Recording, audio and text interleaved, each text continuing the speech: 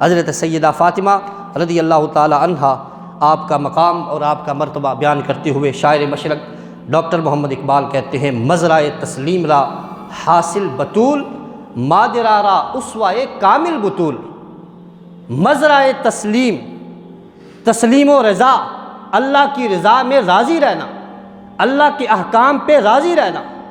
اقبال کہتے ہیں کہ قیامت تک کا زہد، تقوی، پارسائی، عبادت ساری اکٹھی کر کے اس کا نچوڑ نکالا جائے، جو خلاصہ نکلے گا اس کو حضرت سیدہ فاطمہ الزہرا رضی اللہ تعالیٰ عنہ کہا جاتا ہے۔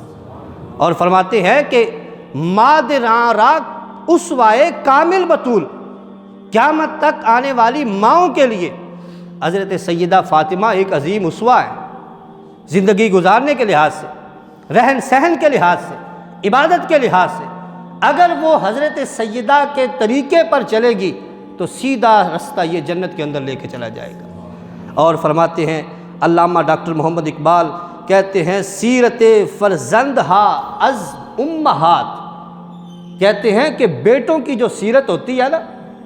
بیٹوں کی سیرت وہ ماؤں کی وجہ سے ہوتی ہے۔ وہ حضرت امام حسین رضی اللہ تعالیٰ عنہ،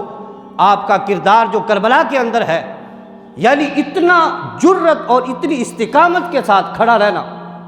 پیاس کی شدت بھی ہے، گھر والوں کے لیے پریشانیاں بھی ہیں، آگے ہزاروں کی تعداد میں دشمن بھی ہیں، اتنی پریشانیوں کے باوجود آخری خطبہ جب آپ نے دیا تھا خیمے کے اندر آخری رات میں، تو فرمایا تھا کہ میرے دوستو، دنیا میں وفاؤں والے بڑے ہوں گے لیکن تم سے بڑھ کر وفا والا کوئی نہیں ہے۔ تم کہاں سے چلے اور کہاں تک میرے ساتھ آئے؟ فرمایا تمہیں چھٹی دے رہا ہوں حسین، تمہیں چھٹی دے رہا ہے، اور رات کا وقت میں اس لیے یہ کانفرنس کر رہا ہوں، میٹنگ کر رہا ہوں کہ جاؤ، چلے جاؤ، میں تمہارا کل اللہ کے دربار میں کوئی شکایت نہیں کروں گا، میں تمہیں چھٹی دے رہا ہوں۔ اور رات کا وقت اس لیے رکھا ہے تاکہ تم جاؤ، یزیدی دیکھ کے یہ نہ کہیں کہ پہلے آئے تھے اب چھوڑ کے جا رہے، میں تمہیں چھٹی دے رہا ہوں۔ لیکن آگے بھی سارے مکتب عشق کے اسٹوڈنٹ تھے، انہوں نے کہا نہیں حسین، ہم چلے ہیں تو ہماری جان بھی تمہارے قدموں پر نثار ہوگی۔ تو بات کرنے کا مقصد یہ ہے کہ اتنی استقامت